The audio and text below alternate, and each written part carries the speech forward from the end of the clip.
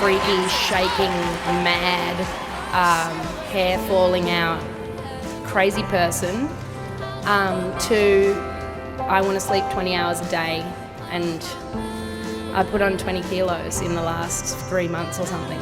It just made me, I was diagnosed with a panic disorder, which was not what was happening. What was really happening is that I was in a thyroid storm for a long time, and that just makes you crazy and panicked, and I just thought the world was out to get me. So I didn't want to do this anymore because you're like public property and people are coming up to you all the time, and I was like, ugh! And that's all. I didn't like it. 2 things happened.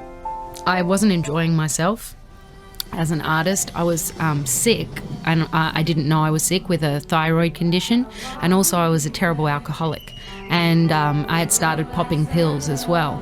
So I was misdiagnosed as having panic disorder, so they started giving me panic pills, like anti-anxiety meds, and really it was this thyroid condition was called hyperthyroidism, and it was causing me to be panicky and shake like I had Parkinson's. And now, actually, there was a third thing that came into play, and that was that it turned out that I was also bipolar too. I had to stop. I hit a bottom, and I thought, I can't do it this way anymore. And I thought, I want to just be a pop songwriter for pop stars and just be a behind-the-scenes person and just spend time with my dogs and be at home and have a stable life. And so I got a new manager who believed me when I said, I promise I'll be a good pop songwriter for other people if you can help me do that. And so he supported me. And what does HIV mean to you? It means grief. One of my dearest friends and managers is HIV positive.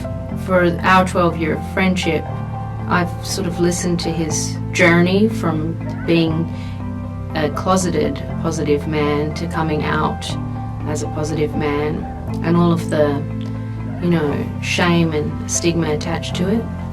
To have seen him come out, watch his life change positively, has been really awesome. So maybe now it sort of means empowerment, especially with all of the excellent advances being made in medicine.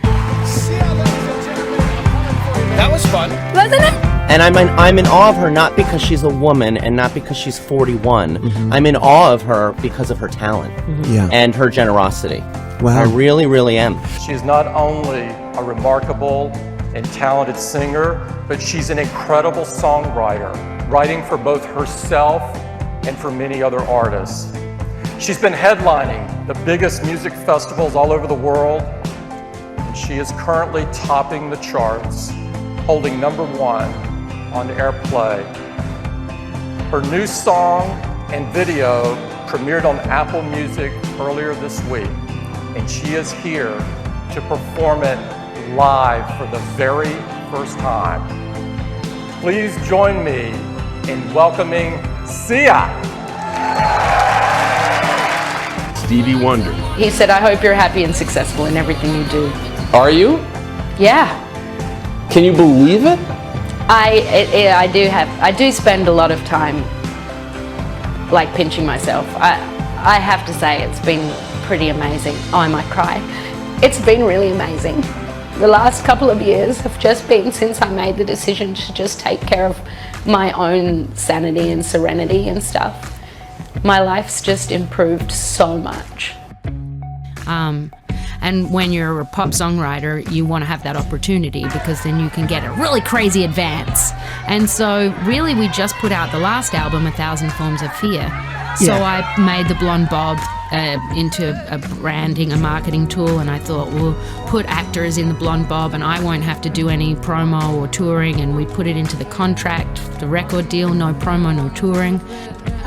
This accidental place that I had discovered of mystery turned me into a almost overnight pop sensation. Okay, so this is what my face looks like, and I understand people can Google my face. I get it, I'm not an idiot. It's not really a shtick. I mean, it's a handy gimmick, sure, it's become like, it's behooved me, so people may call it a gimmick, and I'm fine with that.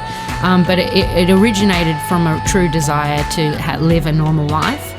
And I understand that there are pictures of my face around and people can find them, but I guess I'm banking on people being lazy and just not being bothered to Google it if they want to, you know? So I'm not touring it or promoting it, and I just basically write pop songs for pop stars, sit at home on my sofa with my 3 dogs and like make $1 million. So it's an epic life. It's like the big dream. It was like what I was looking forward to for years. So exactly. We may be in the same program.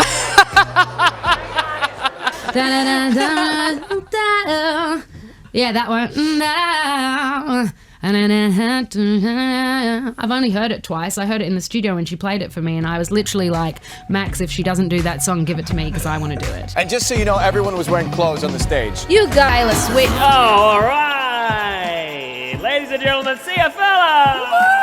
Superstar Sia, who just gave us an incredible. Why are you laughing? It's true. No, you know how funny it is? How funny. Just found out moments ago that your new album is #1 in over 50 countries, close to 60 countries. Our next guest has written #1 hits for artists like Madonna, Rihanna, and Beyonce.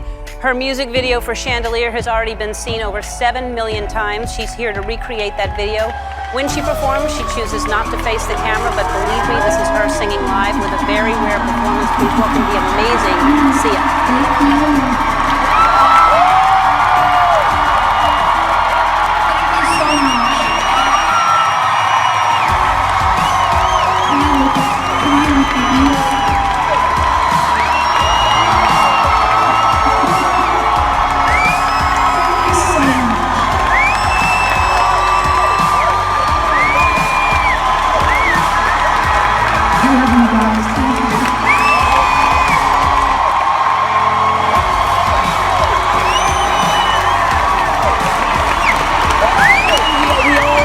You have such an iconic look. Why so important to shield your face? Oh, I mean, it's for fun and for privacy. Like, I've been walking around New York this whole time.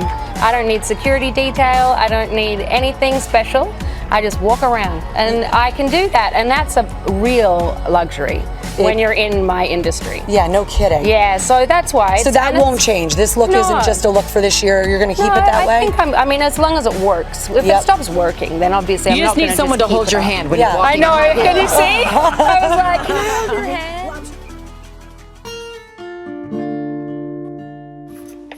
Nate from Miami. What advice would you give a teenage you? Oh, ask for help when you feel sad. That's what I probably would have said. You know?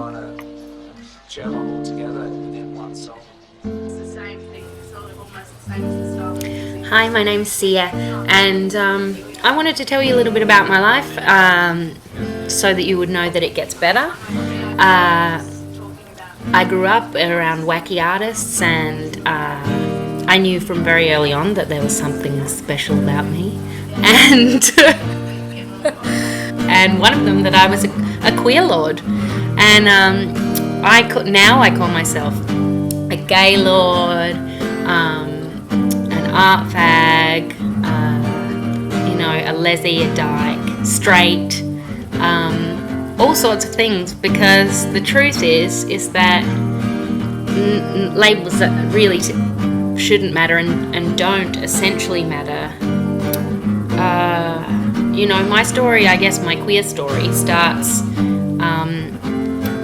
from very early on. I really didn't mind whether you were a girl or a boy. I just wanted you to love me. And so I had a very desperate energy about me, and I feel sorry for my early self, because I realize now that I had a lot of shame about being different and special. And so I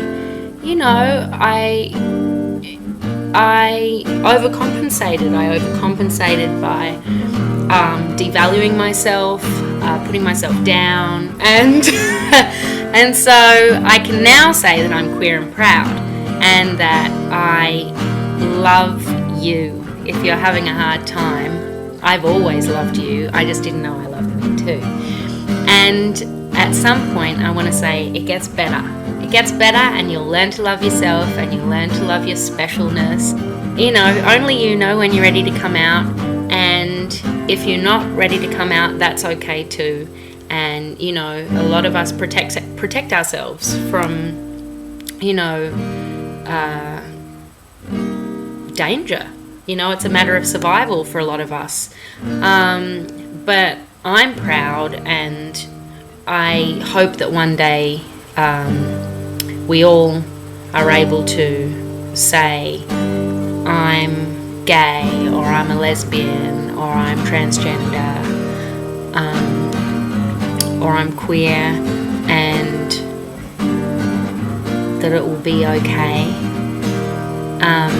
But I'll tell you that for me right now, I'm very comfortable with it, and you will be too. It gets better. Before it was like nobody really cared, which was awesome, and then like 2 people cared, which was kind of awesome for my ego, it was nice, and then like 60 people screaming drunk cared, and then I was like, oh mummy, I want to go home. So I basically, it's just as it's grown, I've realized, what the fuck was I thinking? Like, what did I want this? Like, what the fuck was I thinking? Like, some people crave it, some people have really good boundaries set in place, and other people get a taste of it like me and just want to get the fuck out. Yeah. So maybe you wish that you drank a little bit less back then. Yeah.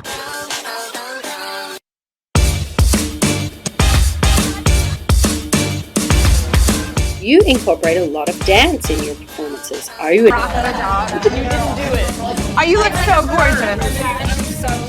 More of a cat lady. I was more of a dog person. Okay. Cat that I was. Wait, is your cat hairless? No, he's got the curly hair. He's related to Grace, so they look right. But he's curly, wavy hair. Tita, you look so stunning. Can you tell the Brazilian people that I am not in Beyonce's basement?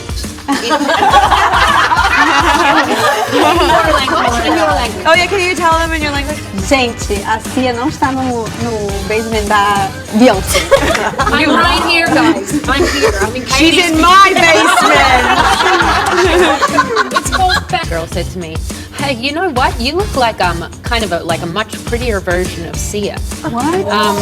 And Grace Coddington. And I was like, oh. And she was like, you know who that is? And I was like, I do. And I was actually flattered. I was flattered, but I was also like, if I didn't have a secure sense of self, that would be harsh. That would have, if you'd said that to me 20 years ago, I would have been like, I would have, you know.